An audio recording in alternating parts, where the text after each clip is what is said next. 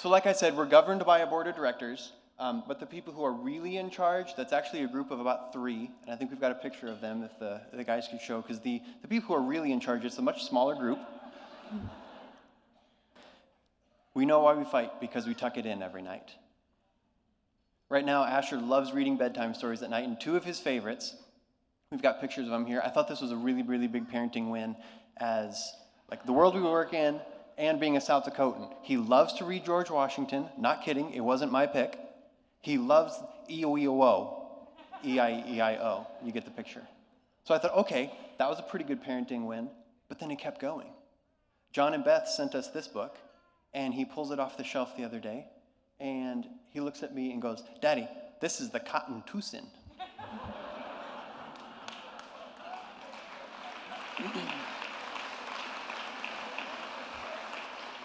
And what you can't see, it's right out of the picture, is his big old storybook Bible. He can barely lug the thing into bed. He doesn't want me to read it to him. He goes, "It's kind of heavy for me," as he's crawling into bed. He goes, "I want to read the Bible to you." "Okay, bud." And then one night I walked down with little Hope in my arms. He goes, "I want to read the Bible to baby Hope." "Okay, bud." We know why we fight, because we tuck it in every night. I want to share 3 stories with you, and then we've got some more people who want to say hello. The first, this actually brings us back to when I first started lobbying at the Capitol. I think we're coming close to my, 12th year this year, 13th? I don't even know anymore. I was interning, and at this point, the Family Heritage Alliance, that was the previous name, we've been fighting gambling bills since we existed, right? We know the impact on society, the divorces, the embezzlements, the crime, the bankruptcy. It's a net negative for our state, even though we bring in money. The problem was, we'd go to the Capitol, we'd tell the stories of bankruptcy, the stories of destruction, but it wasn't sinking in because there wasn't numbers behind it. So we did our research, me and another buddy, we were interns, we took a deep dive, we spent hours and hours and hours and hours and hours, and we found the numbers.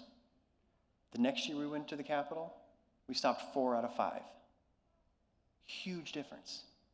Showed me what it means. I know the impact you can have when you show up with good information and put it in the right hands. Fast forward a couple years, one of our legislator friends came to us one night. He goes, "You'll never believe what I just heard." She goes, "I just left one of the evening events, and I overheard the gaming industry say, if they would just keep their mouth shut, maybe we could get something done." Henceforth and forevermore, we will not keep our mouth shut. Go to the Capitol this year. We were able to stop all of them. Some of them even withdrew their bills before they even went to committee, because we've built a culture at the Capitol of, wait a second, this is a net negative. It was kind of funny, even one of the legislators who withdrew their bill, we both walked out of the hallway, so neither one of us really spoke. There was no fight, nothing.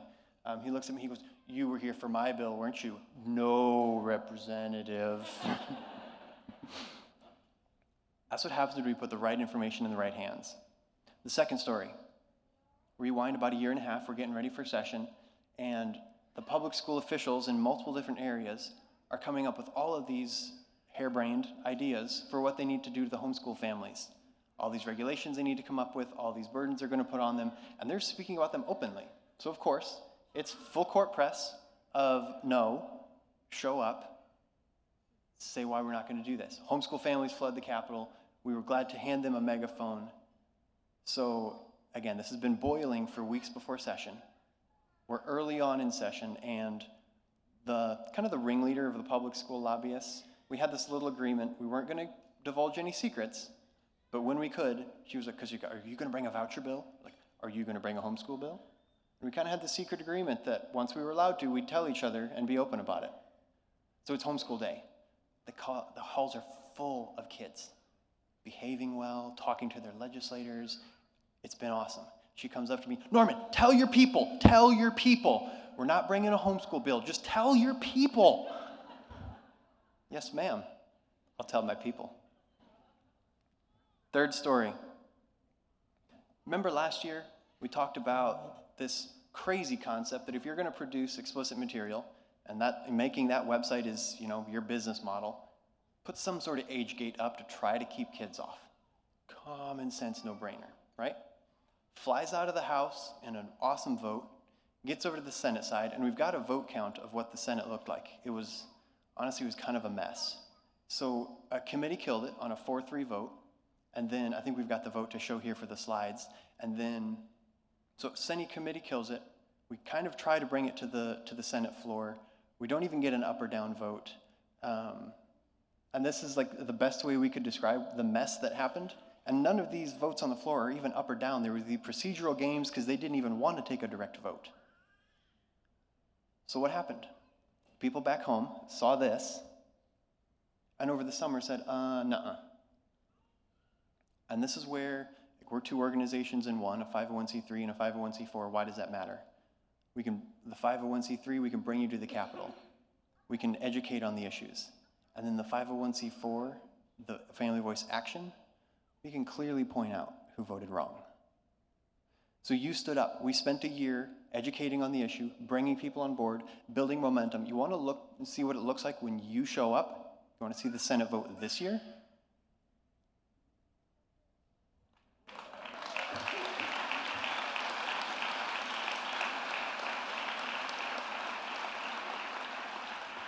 That's what happens when you stand. You can take a no-brainer issue and make it politically a no-brainer issue when it comes down to the vote. That's a few of the stories of what we've been working on, but we've got a few people who want to say hello, who are joining us through video. They've been involved with us in a variety of different ways. My name is Dawson Schroeder, and it is very important to me to stand for family values. I interned with Family Voice at the 2025 legislative session and am active on my campus advocating for conservative values.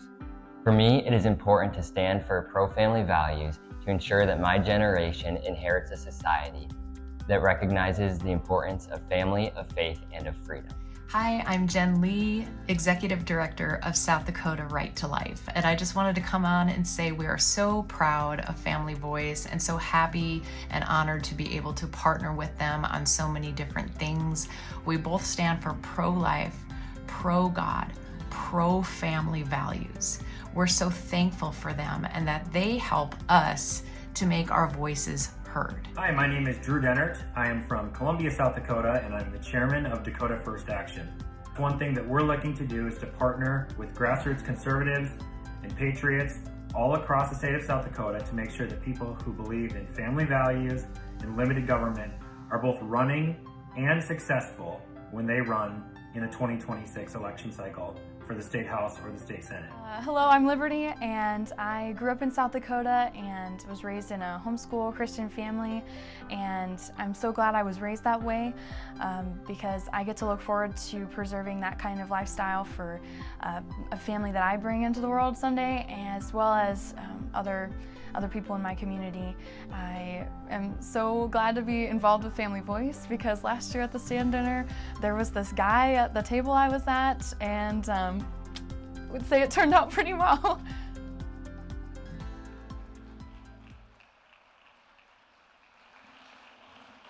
When we were putting the seating arrangements together last year for Stand Dinner West, I was like, well, Liberty's a pilot, Shawnee's a pilot, they'll have something to talk about. Did they ever? So I've got to let them know that I'm calling dibs on some internships here in about 16 years or whatever that looks like. But they wanted to let you guys all know that they're expecting you to make a big donation tonight. What'd you think I meant? So you've heard a lot about the wins from Speaker Hansen, from Representative Chris Carr, a few of the stories, but I want to talk about where we're going next. We're building a place where you can stay informed on the controversial issues of the day, make your voice heard in the halls of government, and elect strong leaders like you've heard from tonight that will represent you well. I want to see the largest statewide network of people committed to speaking the truth, larger than any other group. We have the truth. It's time we connect. As we grow, we want to build a network of ministry leaders across the state who are pouring into the personal lives of our state leaders, not to lobby them, to come beside them as a confidant or friend if they want that. Connected to a network speaking the truth, a network of ministry leaders and pastors pouring into the lives of our elected leaders, and a clearinghouse of voter resources that make it simple and easy for you to make your voice heard when it comes to voting. We've got our scorecards at the back. You can see them when you leave. That's just the tip of the iceberg. And here's the cool thing. As that builds, so does the network. As the network builds, so does our voice in elections. They all build on each other. I'm looking forward to the day. There's a few things that we're on the right track, but guys, we've got so much further to go. I look forward to the day when biblical truth is so respected in the halls of government, so followed, that, for example, we no longer see bureaucrats changing the sex of a child, affirming a lie, and then shrugging their shoulders saying, well, the courts are approving it, so. I look forward to the day when our judges are no longer recognizing contracts for the transfer of a human baby, just like property, and then exporting it overseas, and then shrugging their shoulders and saying, well, the law doesn't prohibit it. The New York Legislative Commission said that it's indistinguishable from the buying and selling of humans. But we're doing it to babies in South Dakota, exporting them overseas, and shrugging our shoulders. I look forward to the day when the public school lobby comes up to me every year and says, tell your people, we're not coming after your homeschoolers. I look forward to the day when I no longer receive emails from a single mom who says, leftists are teaching my kids. I'm a single mom, I can't afford private school, what are my options? I look forward to the day when my answer is something other than, I'm sorry, we don't have scholarships in South Dakota for you. I'm sorry that you're stuck. I look forward to the day when these issues, like the porn bill, are not just no-brainers for us, but they're no-brainers within every aspect of the halls of government. I look forward to the day when our libraries look at an adult book and say, you know what, maybe we put it in the adult section. That's what I'm looking forward to. And we can get there. Tonight from you guys and moving forward, we need three things. The first isn't a shocker. We're asking for you to invest personally in the cause again. We've been on a good trajectory of growth. We've been adding to our team. We've added Kay, we've added Grace. It's been an awesome trajectory. We've got Haley now in Rapid City. But we've got a key tipping point where we've got the opportunity to more than triple our communications infrastructure and the reach that we're able to communicate to bring in more people digitally, personally. But it comes with a price tag of about $32,000 if we want to make that jump to build that infrastructure and bring that on. We're at another even bigger tipping point where we could more than fourfold increase our lobbying efforts year-round and at the Capitol. It would be incredible. And the opportunity we've got to decide here, I think we've got now 3 weeks, maybe 4, before the opportunity goes away. That opportunity to dramatically, fourfold increase our lobbying capacity comes with a price tag of about $98,000 above what we raised last year. That's where we're at. We've got a few key opportunities that we can take advantage of if we have your help. The second thing, when it comes time for elections every year, please vote for the right people, do your research, and talk to your friends. Talk to 10 neighbors. Bring them to the polls. Because we've seen what happens when we get the right people in office. You get speeches like you heard from the leader of the House and the leader of the Senate, where they get to come up here and say, family values matter, go have more babies. I want to keep seeing that. And the third thing, and honestly, no matter how big of a check you write tonight, none of us are absolved of this. It's time to speak. What happened a few weeks ago? What changes for me? Nothing. Here I am. I've had so many people reach out and say, how can I stand up? How can I speak up? If they would do that to him, they'd do it to me. I need to be equipped. How do I speak up? That's the question we should be asking. And don't miss the cultural moment that we're in, not just in South Dakota, not just in the nation, in the world. Did you know that before Charlie, Gen Z was leading the return to church? Go ask Grace what it's like to go to a worship service on college campus right now. They're packing the houses. Did you know that Bible sales were spiking before this even happened? Did you know that church attendance was going back up before this even happened? And then you add this, 100 million devices tuned in to a 5-hour proclamation of the gospel across the world. Yes.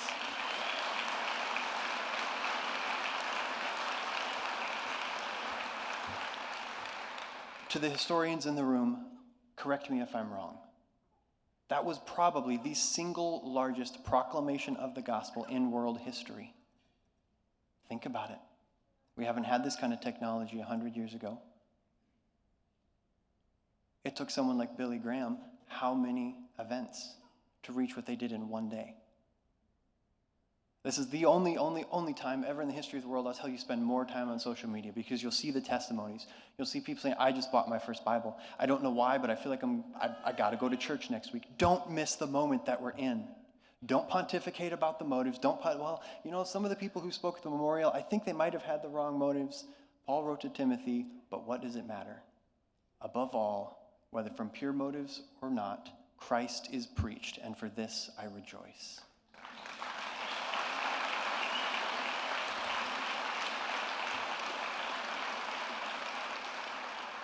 Now is not the time to wait. I'm not even a sports guy. I don't know if I've ever watched an entire football game, but the only thing that keeps coming to mind is the church has the football. Run!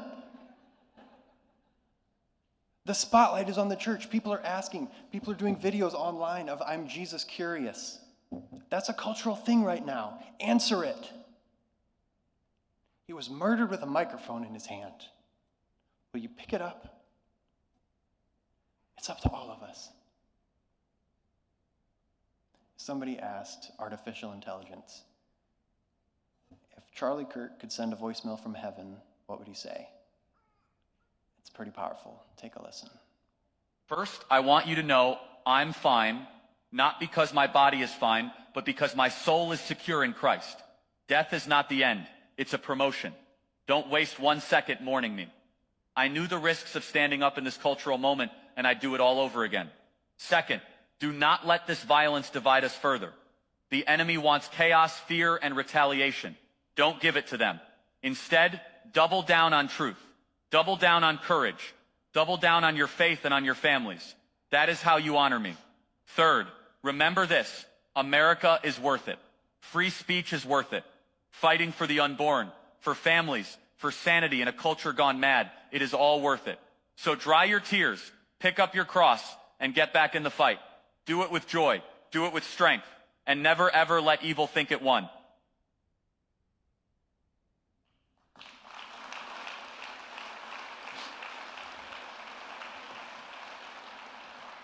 We've had a lot of friends ask, I want to be more bold, I want to know more answers, I want to talk to my neighbor, but I just feel like I need to know more.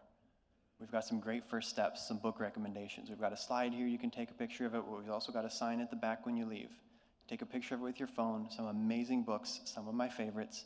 They'll equip you to be better informed for those conversations with your neighbors when friends have questions. It's time to pick it up.